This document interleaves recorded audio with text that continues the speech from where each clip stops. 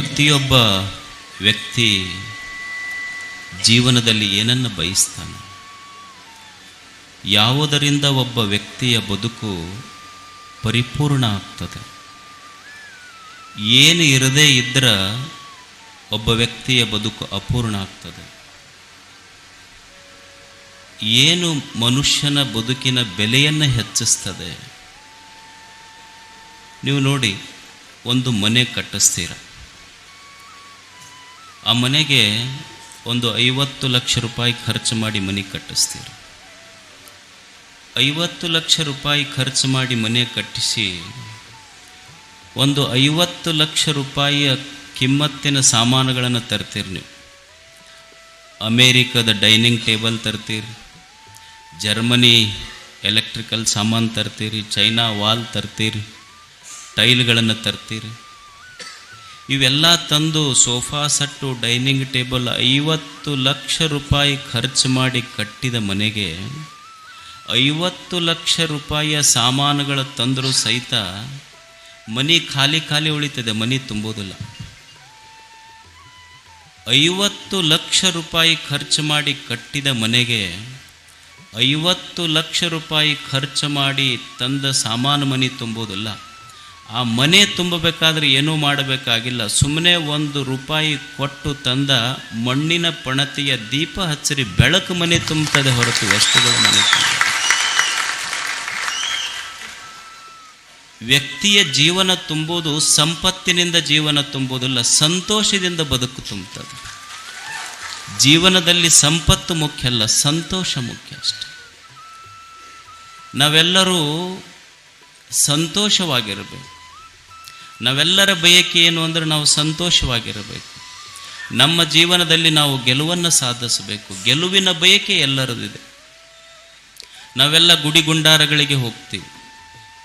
ದೇವರ ಹತ್ತಿರ ಹೋಗಿ ನಾವು ನನಗೆ ಸೋಲಾಗಲಿ ದುಃಖ ಆಗಲಿ ಅಂತ ಕಾಯಿ ಒಡಿಸ್ತೀವಿ? ಇಲ್ಲ. ದೇವರ ಹತ್ತಿರ ಹೋಗಿ ಬೇಡಿಕೊಳ್ಳುವುದು, ಭಗವಂತನೇ ನನ್ನ ಜೀವನದಲ್ಲಿ ಗೆಲುವಾಗಲಿ.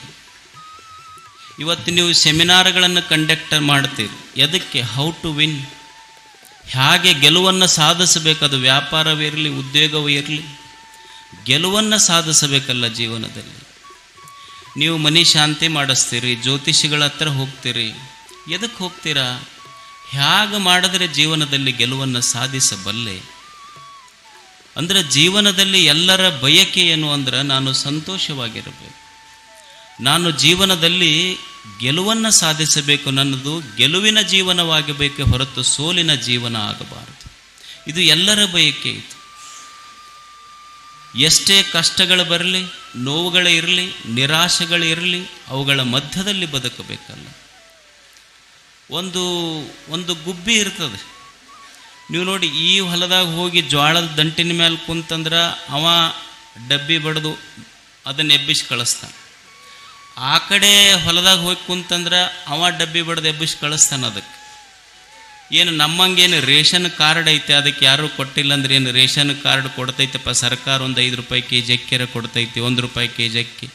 ಈ ಹೊಲದಾಗ ಕುಂತ್ರ ಅವ್ರು ಎಬ್ಬಿಸ್ತಾರ, ಆ ಹೊಲದಾಗ ಕುಂತವರು ಎಬ್ಬಿಸ್ತಾರ. ಅದಕ್ಕೇನು ರೇಷನ್ ಕಾರ್ಡ್ ಇಲ್ಲ, ಲೈಫ್ ಇನ್ಶೂರೆನ್ಸ್ ಇಲ್ಲ, ಏನೂ ಇಲ್ಲ, ಆದರೂ ಬದುಕ್ತೈತಲ್ಲ. ಅದು ರೆಕ್ಕೆಗಳ ಮೇಲೆ ಭರವಸೆಯ ಬದುಕನ್ನು ಕಟ್ತೈತೆ. ಒಂದು ಗುಬ್ಬಿ ಅಷ್ಟೇ. ಅದೇನು ಸಾಲಿಗೆ ಹೋಗಿಲ್ಲ, ಯಾವ ಸೆಮಿನಾರಿಗೆ ಅಟೆಂಡ್ ಆಗಿಲ್ಲ, ಇದು ಭರವಸೆಯ ಬದುಕು. ಎಷ್ಟು ಜನ ಕಣ್ಣಿಲ್ಲಾರ್ದವರು ನಮ್ಮ ಜೀವನನ ಮುಗಿತಪ್ಪ, ಇನ್ನೇನು ಜೀವನ, ನಮಗೆ ಕಣ್ಣಿಲ್ಲ ಅಂದ್ರೆ ಮುಗಿದು ಹೋತಲ್ಲ ಜೀವನ ಅಂತ ಎಷ್ಟು ಜನ ಭಿಕ್ಷುಕರಾಗಿಲ್ಲ ಹೇಳಿ. ನಮಗೆ ಕಣ್ಣ ಇಲ್ಲಾಂದ್ರೆ ಜೀವನನ ಮುಗಿತಿಲ್ಲ ಅಂತ ತಿಳ್ಕೊಂಡು ಎಷ್ಟು ಜನ ಈ ಭೂಮಿಯ ಮೇಲೆ ಭಿಕ್ಷುಕರಾಗ್ಯಾರ. ಆದರೆ ನಮ್ಮ ಮಧ್ಯದಲ್ಲಿ ಒಬ್ಬ ವ್ಯಕ್ತಿ ಇದ್ದ, ಅವನಿಗೆ ಕಣ್ಣೇ ಇರಲಿಲ್ಲ. ನನಗೆ ಕಣ್ಣಿರದಿದ್ರೆ ಏನಾಯ್ತು, ಕಣ್ಣಿರಲಾರ್ದವ್ರಿಗೆ ನಾನು ಕಣ್ಣಾಗಬೇಕಂದ ಪಂಚಾಕ್ಷರಿ ಗವಾಯಿಗಳಾಗಿದ್ದವರು. ಇದು ಭರವಸೆಯ ಬದುಕಷ್ಟೆ. ಗೆಲುವೆನೆಂಬ ಭಾಷೆ ಭಕ್ತನದು. ಜಂಬೂ ದ್ವೀಪ ನವಖಂಡ ಪೃಥ್ವಿಯೊಳಗೆ ಕೇಳಿರಯ್ಯ ಎರಡಾಳಿನ ಭಾಷೆ. ಇಲ್ಲಿರುವ 2 ಭಾಷೆಗಳು ನಾವು ಹೇಳ್ತೀವಿ, ಕನ್ನಡ, ಇಂಗ್ಲೀಷ್, ಹಿಂದಿ, ಫ್ರೆಂಚ್, 1000 ಭಾಷೆಗಳು ಸುಳ್ಳು, ಭಾಷೆಗಳೆಲ್ಲ ಅಸತ್ಯ. ಆದರೆ ಇರುವ 2 ಭಾಷೆಗಳೆಂದರೆ ಒಂದು ದೇವನ ಭಾಷೆ, ಇನ್ನೊಂದು ಭಕ್ತನ ಭಾಷೆ. ಈ ಭೂಮಿಯ ಮೇಲೆ ದೇವನ ಭಾಷೆ ಏನು ಅಂದ್ರೆ ನಿನಗೂ ಜನ್ಮ ಕೊಡಿಸಿನಿ ಭೂಮಿ ಮೇಲೆ ಅಂದ್ರೆ ಸಾವಿರಾರು ಕಷ್ಟಗಳನ್ನು ಅದ್ರ ಜೊತೆಗೆ ಕೊಟ್ಟಿನಿ ಅನ್ನೋದು ದೇವನ ಭಾಷೆ.